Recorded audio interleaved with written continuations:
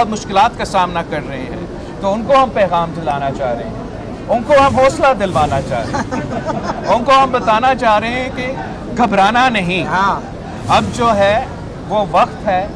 کہ آپ اور آپ جیسے سیاستدان جو کبھی سیاستدان نہیں رہے،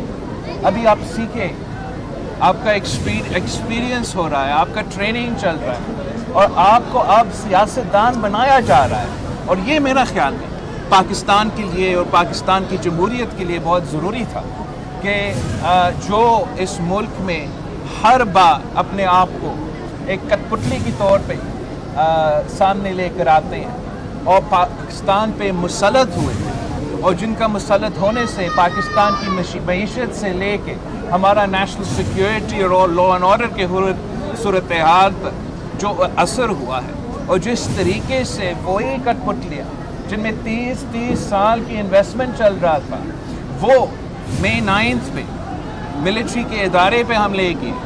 کو کمانڈر ہاؤس پہ حملہ کیا، جناح ہاؤس پہ حملہ کیا، GHQ پہ حملہ کیا۔ یہ اب انشاءاللہ تعالیٰ ایک ایسے سبق ہے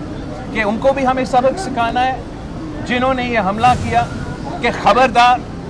آگے جا کے کوئی بھی سیاستدان، کوئی بھی اس ملک کی شہری یہ سوچے بھی نہ کہ ہمارے اثاثے ہیں، جو ہمارے ادارے